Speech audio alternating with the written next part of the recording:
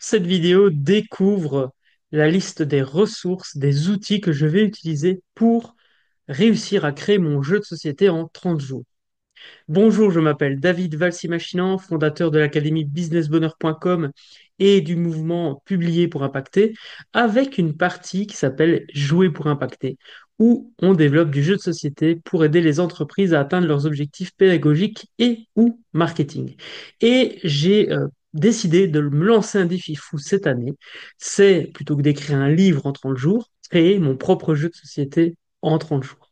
Pour cela, j'ai décidé de relever le VHS Case Challenge qui est proposé par la plateforme The Game Crafter.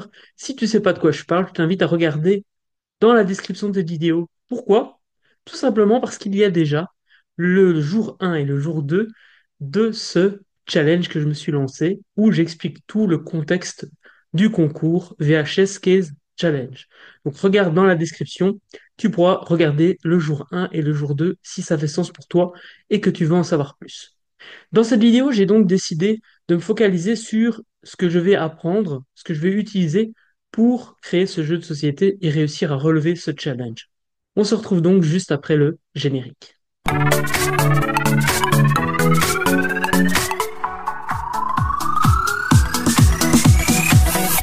Quel plaisir de te retrouver aujourd'hui donc pour ce challenge. Alors, je t'invite, si tu le souhaites, à aller découvrir aussi le nouveau site que je viens de lancer qui s'appelle tribuludique.com. Il y a encore pas mal de choses à changer et j'ai vraiment envie de rassembler des créateurs de jeux de société, des passionnés qui auraient envie de se lancer dans la création de jeux. Donc, si tu veux aller voir, regarde. Dans la description également, il y a justement l'accès à la nouvelle chaîne YouTube Tribuludique et le site internet associé. Donc aujourd'hui, ce que j'ai décidé de faire, c'est justement de pouvoir partager avec toi les différentes ressources que je vais utiliser pour réussir à atteindre l'objectif de création d'un jeu de société en 30 jours. Et pour quelle raison c'est important pour moi de te partager ça? Tout simplement parce que je pense que personne n'a la science infuse. Et c'est important de relativiser que quand on crée un projet, quand on lance un projet, on ne connaît pas tout. Et il faut suffisamment être humble pour euh, accepter d'être accompagné, accepter de se former, accepter d'être coaché pour pouvoir avancer et atteindre ses objectifs. En effet, que ce soit dans la création d'un business, dans l'écriture d'un bouquin ou bien encore la création d'un jeu de société, il est indispensable de s'entourer de gens qui ont déjà atteint ce que l'on souhaite atteindre. Imaginons que tu souhaites escalader une montagne, imaginons que tu souhaites euh, faire un trail. Eh bien, si tu te lances tout seul et que tu as jamais fait, par exemple, un marathon, et que tu te lances aujourd'hui, tu te dis, voilà, demain je fais un marathon, ben, il y a de fortes chances que tu te blesses, il y a de fortes chances que tu n'atteignes pas le résultat si tu ne te fais pas accompagner. Et donc là, j'ai vraiment envie de te partager aujourd'hui. Alors, je ne vais pas dire que je démarre à zéro parce que j'ai déjà créé du jeu de société. Je vais te montrer d'ailleurs le site Jouer pour impacter. Donc, j'ai déjà travaillé sur trois projets, dont un escape game qui invite à sensibiliser, enfin, qui a pour objectif de sensibiliser les élèves d'école à, comment dire, on sait, euh, donc, je démarre pas dans l'univers du jeu de société parce que bah, déjà, je suis un passionné par ça depuis tout jeune. Et en plus, j'ai eu l'occasion de participer à plusieurs projets, notamment la Tata Box. Et c'est un grand plaisir comment dire, de te montrer. Donc, je vais te montrer ici. Hop. Donc, en fait, je débute pas dans la création de jeux de société. Ce serait un peu te mentir si je disais que je n'ai jamais touché à la création de jeux.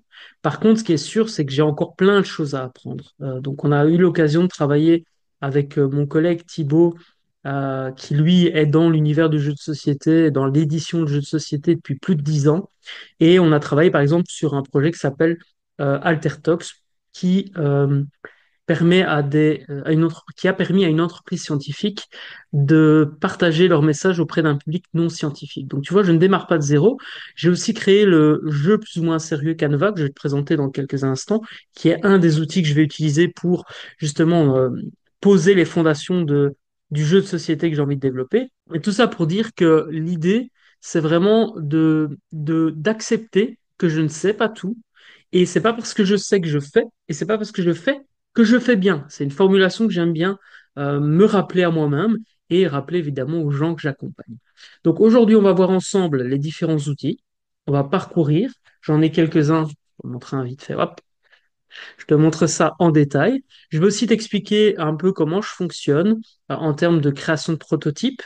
Et l'objectif pour moi, ces 3 prochains jours, c'est un, d'ouvrir le champ des possibles, ensuite de sélectionner, de faire le tri entre toutes les idées de jeu que je vais avoir, pour après refermer sur une seule idée de jeu sur laquelle je vais me focaliser les 26 jours suivants. Pourquoi? Ben, parce qu'aujourd'hui, on est le 1er novembre, même si cette vidéo va être publiée le 3 novembre. On est le 1er novembre. Il me reste 31 jours exactement pour que le jeu soit envoyé et validé pour participer au concours VHS Case Challenge. Et donc, je souhaite que pour le lundi 4 novembre, j'ai décidé sur quel jeu je vais me mettre le focus ces 26 prochains jours, afin de respecter la deadline. Pourquoi? Parce que si je pars dans tous les sens et que je change peut-être dans 10 jours d'idée de jeu, ça va être une catastrophe. Donc là, je vais choisir un type de jeu.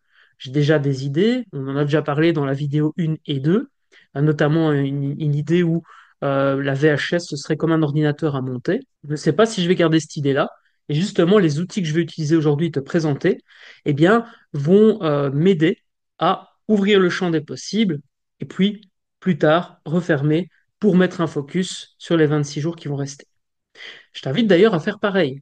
Utilise les outils que je vais te présenter pour toi aussi favoriser ta créativité, pour toi aussi trouver des nouvelles idées.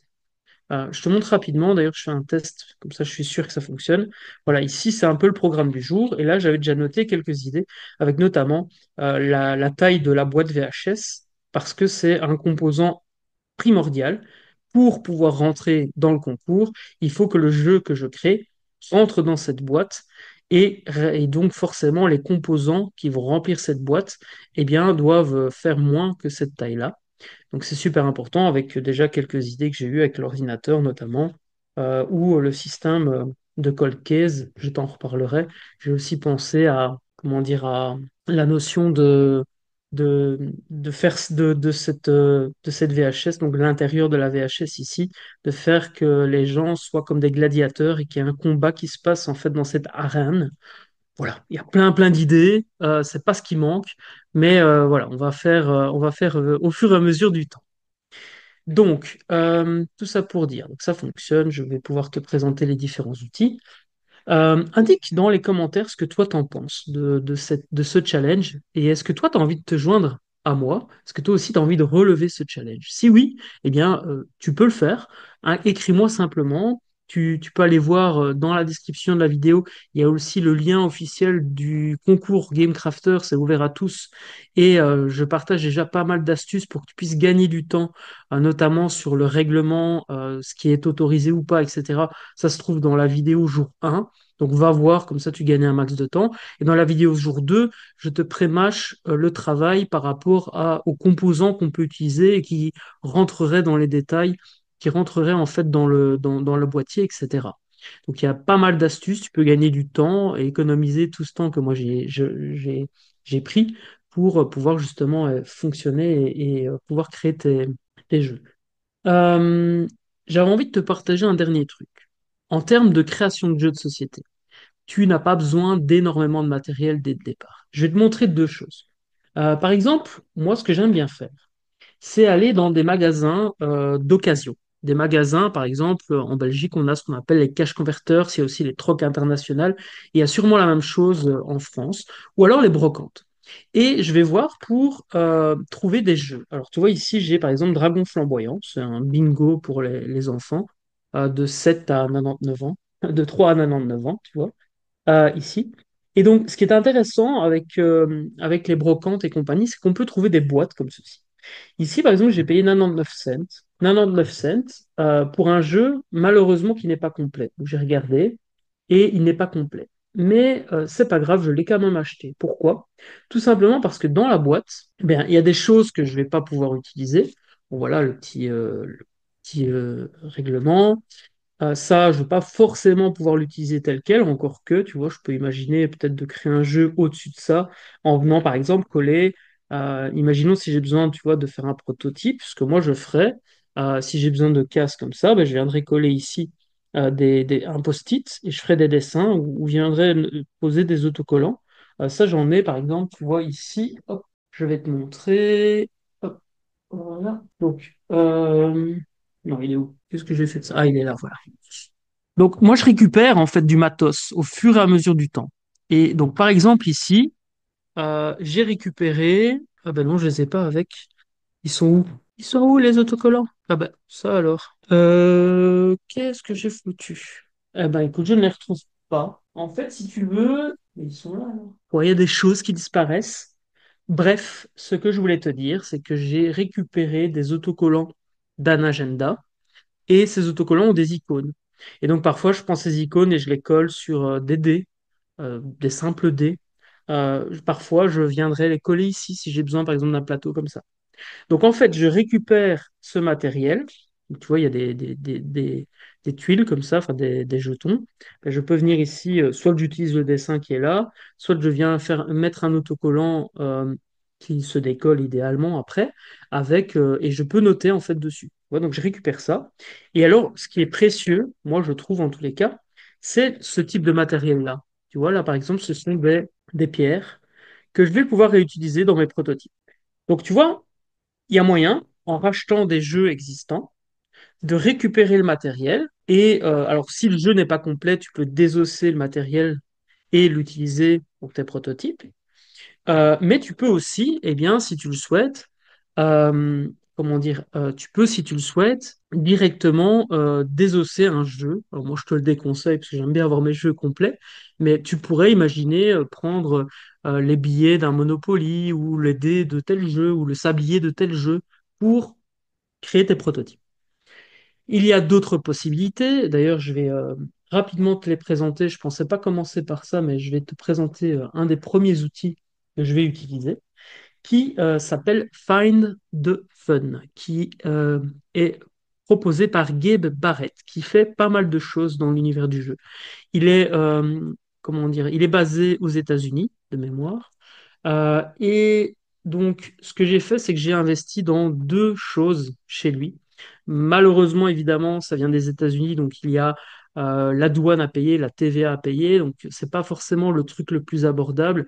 Moi, je te conseille, si tu veux du matériel de jeu comme ça, de soit de passer par tout pour le jeu.fr, je pense. On va aller voir, je vais te montrer. Tout pour le jeu. Je pense tout pour le jeu, toutpourlejeu.com. Voilà, il y a plein d'astuces. D'ailleurs, je crois que j'ai un lien d'affilié. Je te mets ça dans la description, comme ça tu peux aller voir. Tu as des jetons, etc. Tu peux acheter des cubes, etc., etc. Passe par mon lien si tu veux bien. Comme ça, moi, je touche des commissions si jamais il y a. Si pas, bah, tu vas surtout pour le jeu. Mais c'est une manière de me remercier et de féliciter le travail que je fais en te partageant toute cette valeur. Parce que ça a quand même de la valeur, hein, mine de rien, tout ça. Donc, euh, Find the Fun, très très important. Il y a un livre que je vais ouvrir parce que je l'ai reçu il y a 2 jours. Et il y a également, mais d'ailleurs, c'est une boîte VHS, hein, magnifique, boîte VHS, avec le jeu Find the Fun. Et où l'objectif, c'est de créer son propre jeu à partir du matériel qu'il y a dedans. Donc tu vois, là, il y a des dés 6, il y a un dé rouge dé 6, deux dés 10, etc., etc. Donc je vais pouvoir utiliser ça. Et donc Gabe Barrett, tu vois, je te partage à l'écran. Il avait fait une campagne pour Find the Fun, donc j'ai participé l'année passée. Et tu vois qu'ici, donc j'ai reçu le 30 octobre 2024 justement le livre plus Find the Fun, The Game. Donc je vais utiliser le jeu aujourd'hui. Je vais pouvoir te le montrer ici justement devant moi. On va pouvoir regarder ensemble. Je vais regarder aussi ce qu'il y a dans le livre. Évidemment, je ne vais pas lire tout le livre ici. Je vais peut-être pas pouvoir faire une partie complète de Find the Fun avec toi. Par contre, je vais évidemment creuser tout le week-end. Il y a 2 choses que j'ai prévues ce week-end. Première chose, c'est travailler, jouer, m'amuser lire le livre, etc. Et je vais également aller une journée en festival de jeux de société avec deux objectifs. Tu vois, je joins l'utile à l'agréable. Deux objectifs. Premièrement, trouver l'inspiration, laisser place à l'inspiration en jouant, en m'amusant. Je vais avec ma sœur, mon beau-frère et une amie. Deuxième chose, trouver des bêta-testeurs, aller sur place, expliquer mon projet de challenge, le fait que je me suis lancé un challenge, proposer aux gens d'aller découvrir la playlist YouTube s'ils le souhaitent, et de prendre les coordonnées de celles et ceux qui voudront tester le jeu que je suis occupé à créer. Donc ça, c'est mes deux objectifs avec ce week-end, plus le troisième dont je t'ai parlé tout à l'heure, qui est le lundi 4 novembre, donc dans 2 jours, il faut que j'ai choisi le jeu que je vais faire, le type de jeu, etc. Donc, Gabe Barrett, il a fait Find the Fun, mais il a également fait The Board Game Design Starter Kit et son extension, l'Upgrade Pack. Donc, l'idée, c'est d'avoir dans cette boîte tous des composants, donc des tableaux, enfin des plateaux blancs sur lesquels tu peux dessiner de différentes tailles, des composants en bois, des cartes vierges, etc., etc.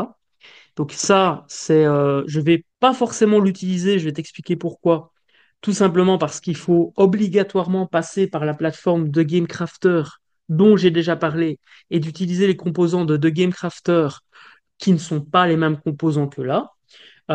Mais l'idée, c'était de te montrer ce que Gabe Barrett fait. Et il a un podcast qui s'appelle The Game Design Lab, tu vois ici. Il a une maison d'édition de jeux de société.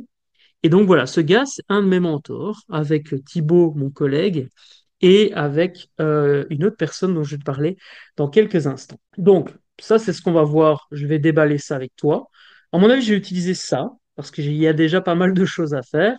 Euh, et potentiellement, enfin, j'ai déjà plein de matériel, donc je ne vais pas forcément déballer le starter kit là, parce que j'en aurais pas forcément besoin. Si j'en ai besoin, ben, je l'ouvrirai et je prendrai ce qu'il y a besoin. Mais l'idée ici, c'est plutôt, tu vois, d'utiliser ce que j'ai déjà. Et la deuxième chose que je voulais te montrer, c'est ceci. Ça, c'est vraiment mon matériel à moi. Alors j'ai une boîte complète avec plein de matériel, des cartes vierges, etc.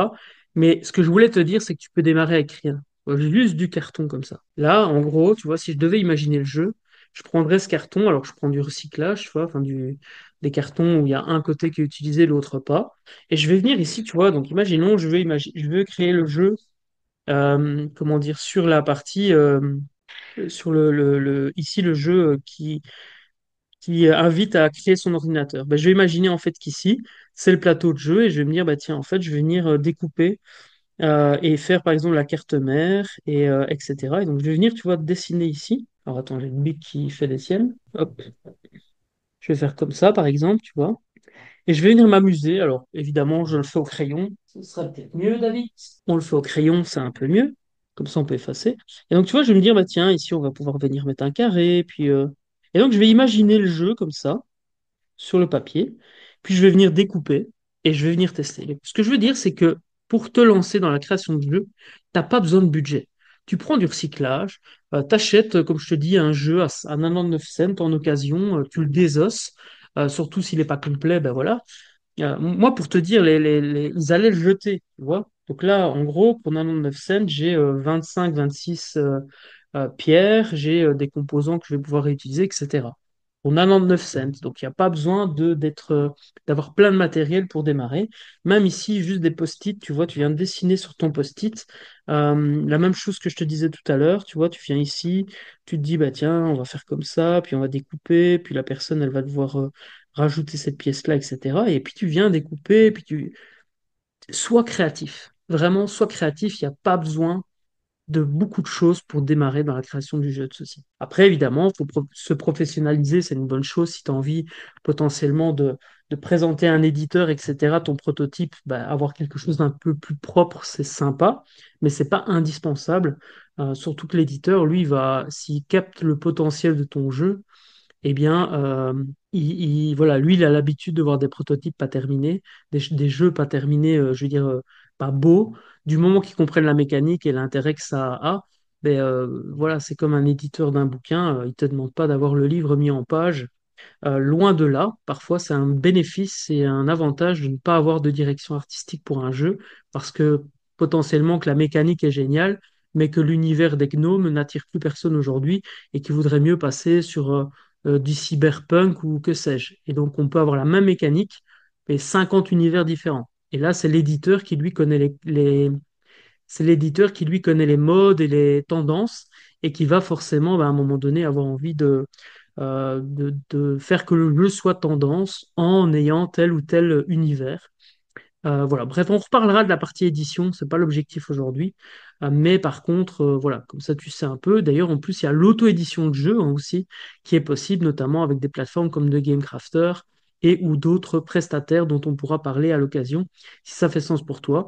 Si tu as envie d'en parler, contacte-moi, tu as toutes les coordonnées qui sont dans la description, sinon jouerpourimpacter.com. Voilà, déjà pas mal de choses. Ce que j'ai envie de te partager, alors je vais reprendre mon plan parce que j'ai fait un plan, mais je suis parti complètement à côté. Donc voilà, donc rappel du contexte, objectif du week-end, c'est fait. Présentation des outils de formation qui vont m'aider à atteindre mon objectif de jeu. Alors, j'avais envie de te parler rapidement. Je ne vais pas te mettre toute la vidéo, mais tu auras la description, tu auras la vidéo en description. Je vais te montrer le schéma de la méthode SWAF proposée par Gauthier Loco dans son livre Encore un putain de livre sur la créativité. Oups, j'espère que je ne vais pas me faire censurer. Encore un de bouquin sur la créativité. Et donc, en gros, la méthode SWAF, c'est quoi? C'est une méthode de créativité qui va inviter de passer par la tête, le cœur et les pieds. Donc l'information dans la tête, le lien et les liens qu'on peut faire avec le cœur, et d'être dans le concret, d'être les pieds sur terre. Donc la première étape, c'est la première étape de SWOF, c'est S comme synthétiser. Donc en gros, on synthétise ce qu'on a comme objectif. Ensuite, on va ouvrir le champ des possibles. Donc on ouvre le champ des possibles sur la possibilité de créer un jeu. Donc j'ai décidé de participer au concours, j'ai synthétisé. Là, j'ouvre le champ des possibles.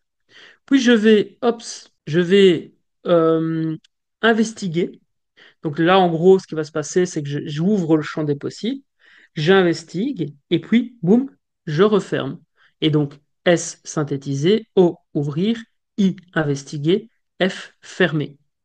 Et cette méthodologie, te permet bien, d'ouvrir le champ des possibles, de faire un brainstorming, d'investiguer ce qui est cohérent ou pas avec l'objectif et notamment avec un outil comme le jeu plus ou moins sérieux Canva, c'est exactement l'objectif que ce Canva a. C'est on pose sur le papier les choses et on voit si c'est cohérent par rapport à l'objectif, par rapport au nombre de joueurs, par rapport au budget qu'on peut avoir, etc., etc. Et on va après refermer. Donc moi, ce que je fais ce week-end, c'est que j'ouvre le champ des possibles et lundi, hop, je dois avoir synthétisé sur c'est quoi l'objectif, enfin c'est quoi le type de jeu que je veux créer et vers quoi je vais les jours qui restent par rapport au challenge. Donc ça, c'est le premier outil que je voulais te partager. Ensuite, le jeu plus ou moins sérieux Canva. On touche à un mot maintenant et j'irai très certainement le remplir après. Le jeu plus ou moins sérieux Canva ressemble à ceci. Donc en gros, c'est un canevas sur lequel on va venir compléter la promesse du jeu, l'objectif du jeu, l'audience, les types de joueurs, les conditions de victoire, le type de matériel, etc., etc. Aujourd'hui, je ne vais pas tout compléter, évidemment. Je vais poser les fondations. Donc très certainement, d'ici lundi, j'aurai complété l'audience, le type de joueur, le nombre de joueurs, si je veux que ce soit rejouable ou pas, la promesse, le fil rouge et l'objectif du jeu. Je pense que j'aurai potentiellement aussi défini la mécanique de jeu principale, ou en tout cas deux, trois idées de mécanique de jeu principale. Comment est-ce que je vais faire pour trouver des mécaniques de jeu? Eh bien, plusieurs choses. Déjà, Find the Fun, et également un outil qui s'appelle Ludo Vortex, qui a comme base, comment dire, qui a comme inspiration les Mechanic Arts de Prismatic, que tu peux télécharger d'ailleurs aussi gratuitement. Je te mettrai le lien dans la description. Ils offrent un PDF avec les cartes imprimables. Moi, je vais utiliser Ludovortex, mais comment dire, les Mechanic Arts sont très bien aussi. Donc, Find the Fun, Ludovortex et, j'adore ce gars, Joe Slack, qui a créé le board game Board Game Design Course, pardon. Donc Joe Slack qui est là.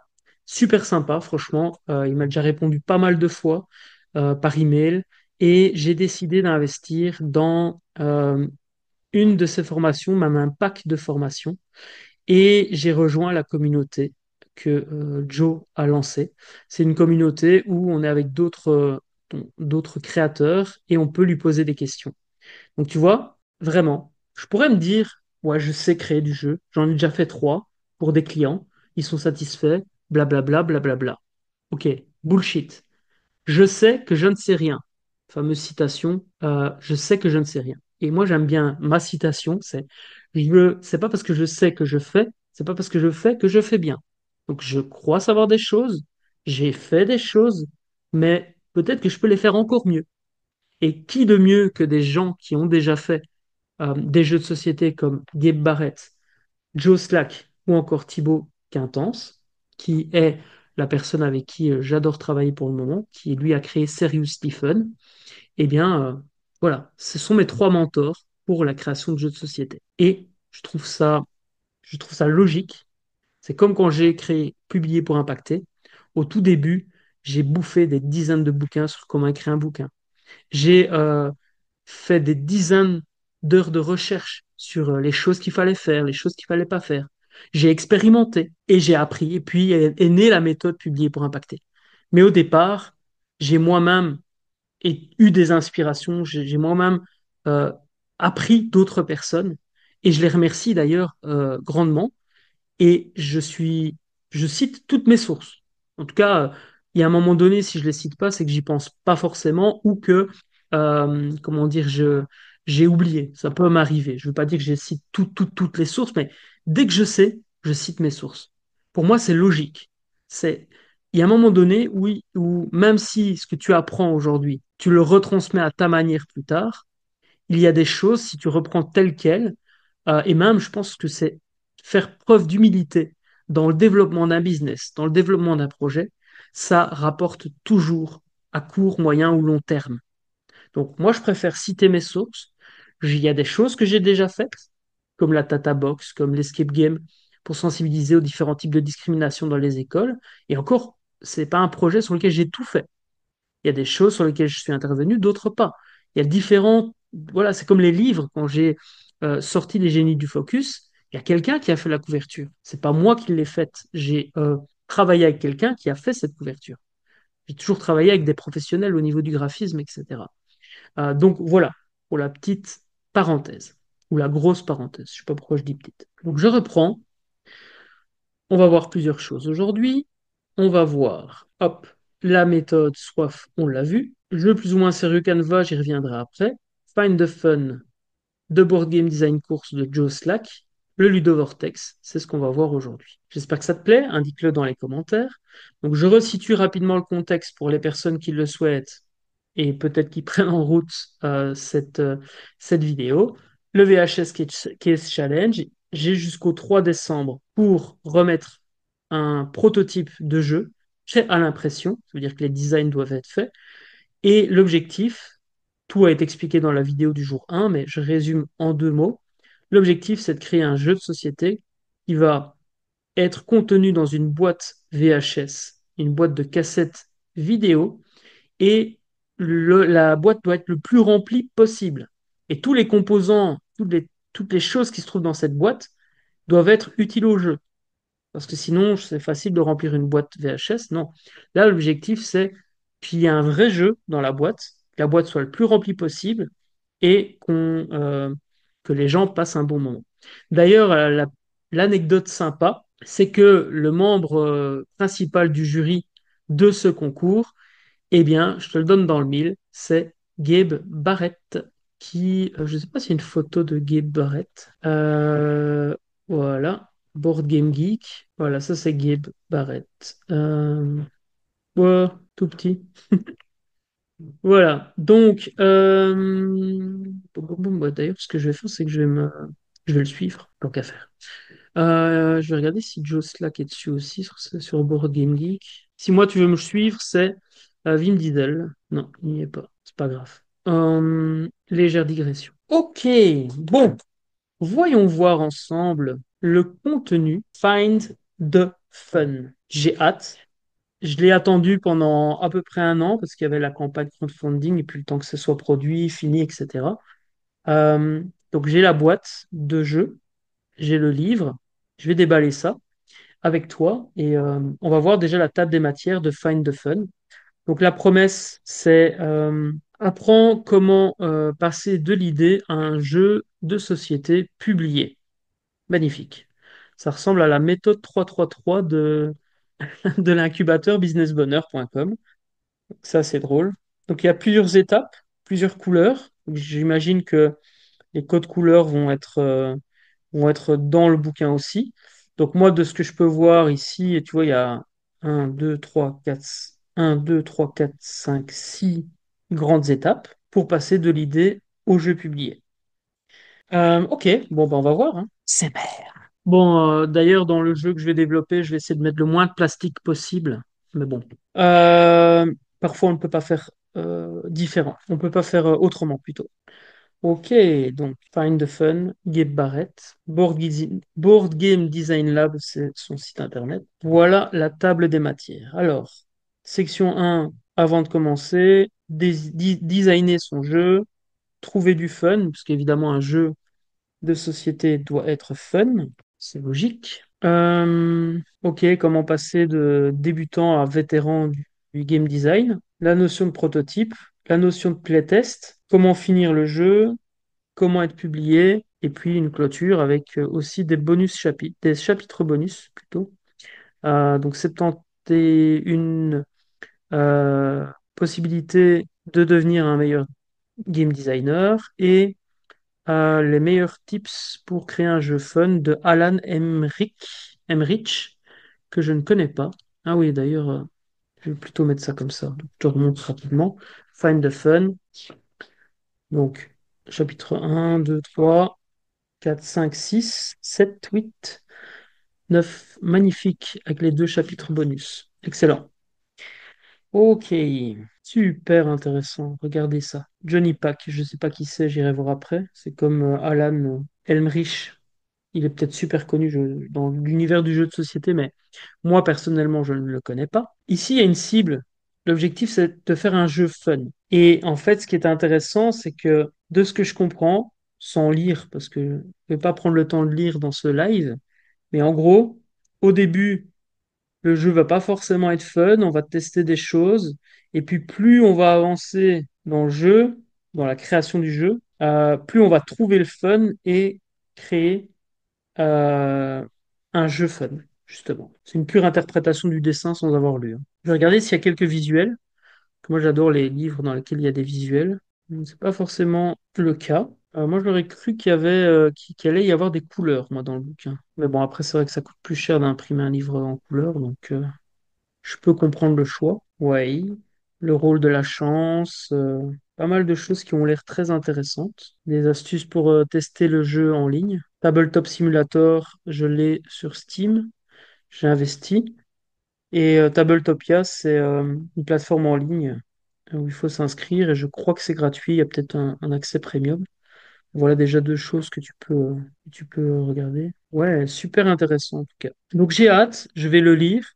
Vu la taille, je sais pas si je vais savoir lire tout d'un coup, ni même si c'est judicieux. Mais par contre, ce que je vais faire, c'est que je vais très certainement fouiller dedans quand j'ai des doutes par rapport à certaines étapes du projet.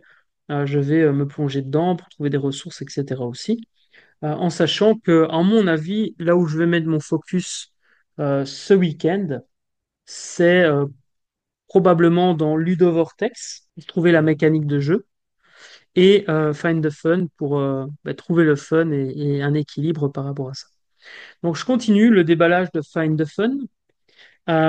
Donc ici, on a l'objectif qui est donc de réutiliser ce qu'il y a ici pour créer son propre prototype. Tu vois ici, en gros, tout ce qui est à l'intérieur, c'est ce qui est noté, hein, le contenu et la boîte vous aident à designer votre propre design, enfin votre propre jeu.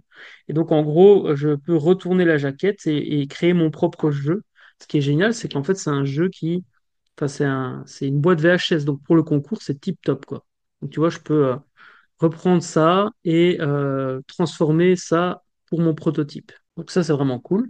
Et en plus, c'est un vrai jeu. C'est-à-dire que à l'intérieur, bon, il y a on appelle dans le langage commun des sleeves pour mettre les cartes. Ça, ce qui est génial avec les sleeves, astuce déjà. Tu prends une sleeve, donc c'est un truc plastique pour mettre des cartes. Et en fait, tu mets une carte à jouer classique. Donc, tu vois, tu prends un jeu de 54 cartes de poker ou de belote ou peu importe, tu le mets dedans. Et puis tu viens découper une feuille et tu viens mettre. Donc en gros, si tu veux, la sleeve, elle sera dure parce qu'il y a une carte à jouer dedans. Et tu peux prendre simplement une bête feuille de papier, même de brouillon, tu vois. Tu viens découper, tu viens le mettre dedans. Et tu viens évidemment écrire avant de la mettre dedans ta carte pour prototype. Il n'y a pas besoin forcément de cartes blanches vierges qui parfois coûtent une fortune et sont pas forcément réutilisables. Voilà, astuce qui, j'espère, te servira. Find the Fun, donc c'est un vrai jeu. J'ai vraiment hâte de le tester avec différents composants, comme tu peux le voir. Donc il y a des cartes, carte idée, carte temps, carte événement, un deck, j'imagine avec des types de jeux ou des choses, des rôles, tu vois, là je vois playtester, etc. Donc il y a 60 cartes. Deux cartes de jeu, il y a 6 dés blancs, 6 dés rouges, 2 dés noirs, donc 6 dés blancs, D6, 6 dés rouges, D6, 2 dés noirs, D10, ça veut dire qu'il y a 10 faces. Il y a des icônes, des tokens idées, j'imagine qu'ils vont à un moment donné servir, et des cubes noirs qui doivent être déplacés ici sur la carte Time Tracker, j'imagine, puisque ça s'appelle deux cubes noirs Time Tracker. Juste de la logique, hein. Voilà, donc ok, donc on testera le jeu. On va pas faire une partie maintenant. Je crois que je ferai une partie probablement ce week-end ou lundi ou plus tard. Et ouais, j'ai hâte de faire ça. Peut-être que je la ferai en direct, cette partie. Euh, je vais voir un petit peu comment je peux coordonner, puisque ben, avec le déménagement, c'est parfois un peu compliqué de, comment dire, ben, déjà d'avoir Internet, parce qu'il n'y a pas beaucoup de réseau dans notre nouvelle campagne. Donc c'est un peu galère. Et en plus de ça, eh bien, comment dire, je vais devoir aller à une conférence très intéressante de mon ami entrepreneur Bérangère Tiberman de Be Mind Coaching qui se déroule aussi lundi, fin de journée. Donc ça va être un peu chargé lundi à mon avis, mais voilà. Donc les trois icônes idées, les deux cubes pour le time tracker, les deux dés 10, les dés blancs. Par contre, je vois qu'il y a un seul dé rouge. Est-ce que j'ai mal lu? Un dé 6, pardon. Un dé 6 rouge. On me dit, mais il n'y en a qu'un. Donc c'est des dés classiques, hein, ça on peut acheter surtout pour le jeu par exemple. Et les cartes, avec j'imagine dedans la carte aussi time tracking. Ça a vraiment l'air très très chouette comme jeu.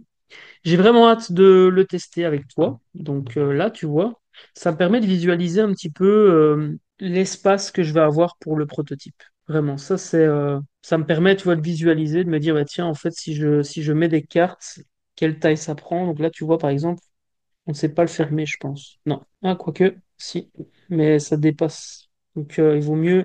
Voilà, ça me permet de calculer, de visualiser un peu plus ce qui peut rentrer dans la boîte. Il y a quand même beaucoup de matière hein, dans, faut que je vois comment est-ce que ça rentre, je me souviens plus. Mais ouais, c'est pas mal du tout, hein. Le rendu, franchement, est super cool. J'ai vraiment hâte. Bon, voilà, je rangerai ça tout à l'heure et on poursuit la belle aventure de ce live.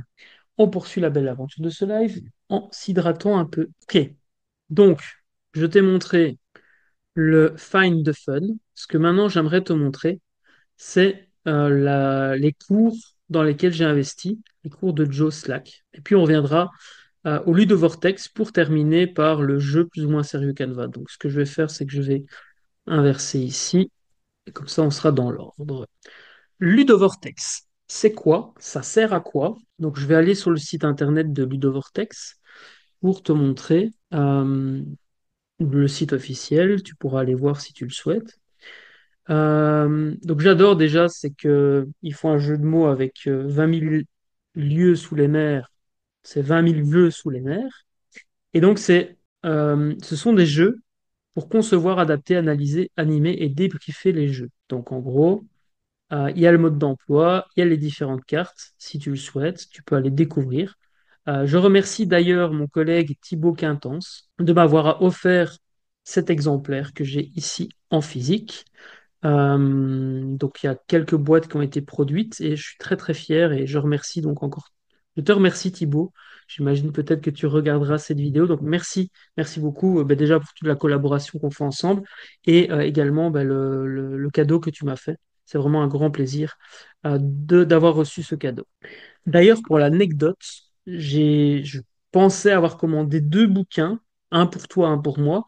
Et en fait, en revoyant comment dire, la campagne crowdfunding, en fait, je n'en avais qu'un seul exemplaire. Il fallait que je commande à la main le deuxième une fois la campagne terminée. Donc, je suis désolé, j'ai pas d'exemplaire pour toi, Thibaut. J'y avais pensé, mais j'en ai pas. Je t'offrirai un autre cadeau avec grand plaisir. Donc, le Ludovortex se présente comme ceci. Donc, il y a une boîte. D'ailleurs, ça a été fait, comment dire, en France. Ça, c'est super chouette. Et que c'est une boîte, tu vois, comme ceci. Et dedans, donc, il y a des cartes avec différentes catégories. Et donc, personnellement, moi, je n'utilise pas ça pour attacher les cartes ensemble. Je préfère avoir les cartes comme ceci. Donc, en gros, il y a différentes catégories.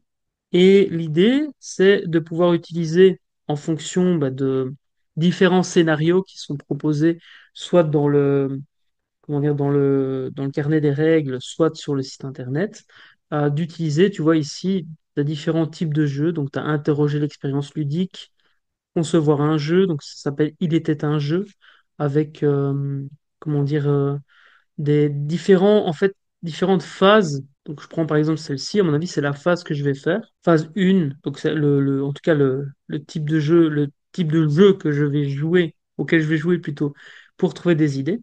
Et donc, tu vois, il y a une phase 1, au centre de la table, constituée quatre paquets, mécanismes, compétences, structure relationnelle, matériel. Chacun tire deux cartes par catégorie. Bon, moi, je vais être tout seul, du coup.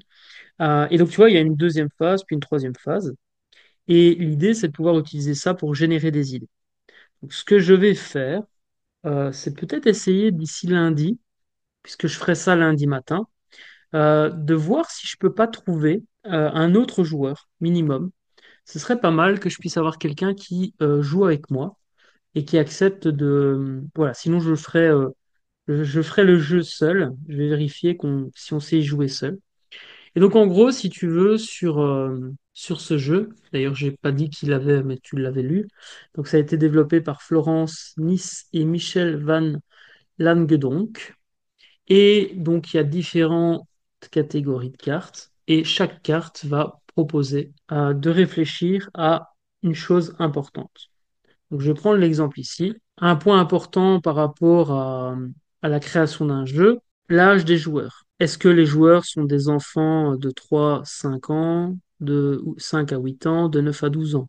Est-ce que ce sont des adolescents? Est-ce que ce sont des adultes? Est-ce que ce sont des seniors? On va pas créer le même jeu.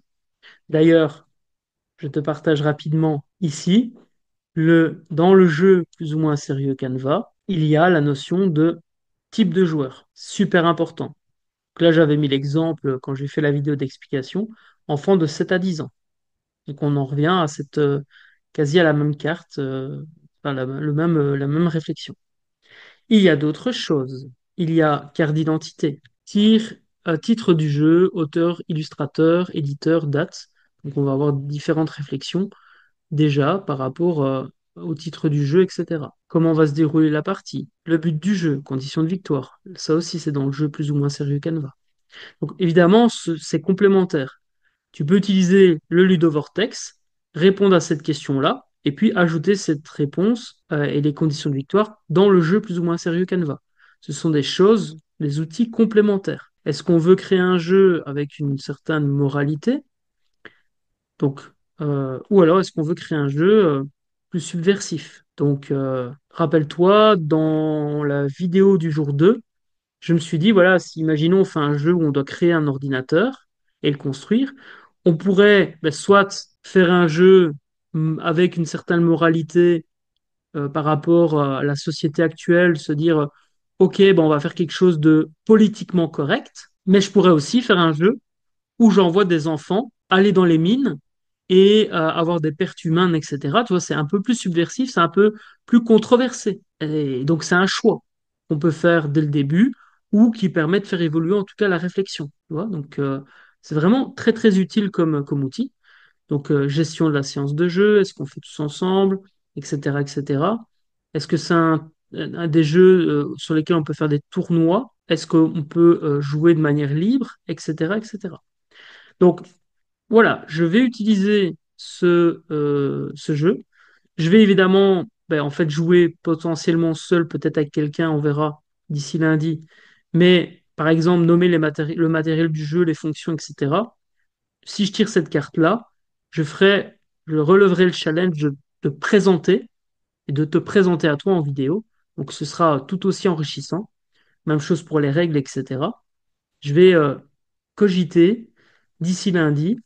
Mais l'objectif pour moi, d'ici lundi, rappelle-toi, c'est de clarifier quel type de jeu je vais faire. Donc, je vais ouvrir le champ des possibles ce week-end, encore une fois. Je vais parcourir le livre Find the Fun. Je vais parcourir les différentes cartes ici.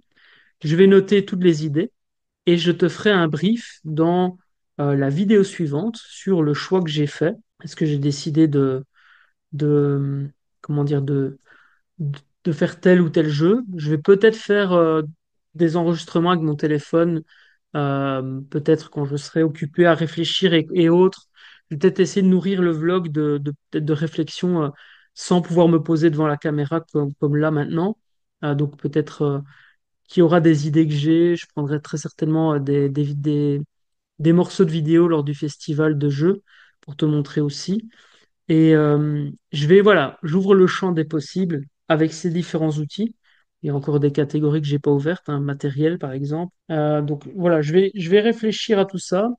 Je vais aussi regarder le premier module de formation de Joe Slack pour voir un peu ce qu'il propose. D'ailleurs, on va aller voir maintenant la structure de cette formation et on commencera à clôturer ce deuxième vlog.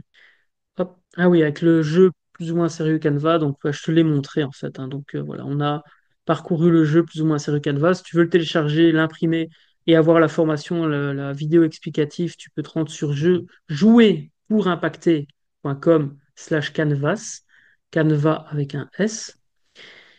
Et je vais te montrer justement la formation de Joe qui est très très complète. Donc j'ai pris un pack.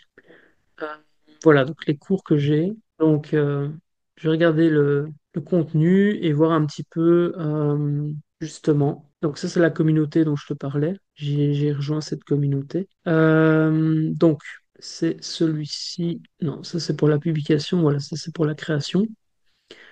Et donc, normalement. Ah oui, ça, c'était pour l'acheter, mais j'y ai déjà accès. Ouais, ici, donc, cursus en anglais. Voilà. Et je vais regarder ici du coup les modules et à mon avis, alors ouais, donc je vais regarder à mon avis la semaine 1 et je vais peut-être regarder même la semaine 2. Ouais, je vais regarder la première semaine. Ouais, la première et deuxième semaine. Donc ça, je vais regarder ça. Je vais avancer et ouais, j'arriverai lundi. En tout cas, c'est mon objectif. On va voir si j'y arrive, mais mon objectif, c'est d'arriver lundi 4 novembre avec euh, un pitch de présentation du jeu. Donc, je vais générer des idées, un max, avec ce module de formation-là particulièrement, le Ludovortex, peut-être les mécaniques cartes. Je te montre rapidement à quoi ressemblent les mécaniques cartes. Et je vais potentiellement et probablement utiliser Find the Fun. Bref, je vais utiliser les différents outils qui sont à ma disposition pour générer un max d'idées. Et il faudrait d'ailleurs que je me les achète en version physique, celle-là. Mais donc, tu vois, tu peux ici te procurer les mécaniques cartes et avoir accès donc à la version PDF. Moi, elles sont déjà imprimées et découpées. Euh, donc, je vais potentiellement les utiliser aussi. Tu vois, stop. Est-ce que tu veux faire un jeu type stop ou encore combo, pierre, feuille, ciseaux? Donc, tu vois, ça ouvre le champ des possibles. Donc, encore une fois, j'ouvre le champ des possibles. Et pour lundi, il faut que j'ai expérimenté, décidé quel type de jeu je vais faire, etc. Donc, j'ai vraiment, vraiment vraiment hâte de te montrer, de te présenter les avancées de ce challenge que je me lance, créer son jeu de société en 30 jours. Indique-moi dans les commentaires, c'est quoi la chose que tu retiens d'aujourd'hui? Est-ce que tu retiens un outil? Est-ce que tu retiens une astuce? Et partage-la en commentaire. Ça permettra à toute la communauté Tribu Ludique de grandir ensemble et on va pouvoir créer ensemble des jeux. Pourquoi? Ben, tout simplement parce que je voudrais qu'il y ait des dizaines de jeux qui soient créés, des jeux à impact, des jeux à message, des jeux qui font passer du bon temps aux gens. Parce que la vie est un cadeau précieux que l'on se doit de déballer à chaque instant. Et donc le fait d'amener du fun dans la vie des gens, au-delà d'un message qu'on pourrait transmettre, qu'on aurait envie de transmettre, eh bien c'est mon objectif que j'ai avec ce challenge, c'est de montrer que c'est possible de le faire et que oser ben, permet de grandes choses. C'était un grand plaisir de te retrouver pour ce jour 3. J'espère que ça t'a plu. Indique-moi dans les commentaires encore une fois. Rejoins-moi pour faire le même challenge si ça te tente. Moi, ça a été un grand plaisir. Je te souhaite plein de succès, impact positif et bienveillance. C'était David de la Tribu Ludique. On se retrouve demain pour la vidéo du jour 4. Ciao, Hello, ciao. c'est David. Si cette vidéo t'a plu, sache que tu peux retrouver tous les épisodes en cliquant sur la playlist qui vient d'apparaître à l'écran. Sache également que tu peux télécharger mon nouveau livre Destination Business Bonheur. Si tu souhaites plus de liberté, plus de joie et plus de revenus dans ton business, c'est fait pour toi. Télécharge-le en cliquant sur la barre d'infos. Prends soin de toi pour mieux prendre soin des autres.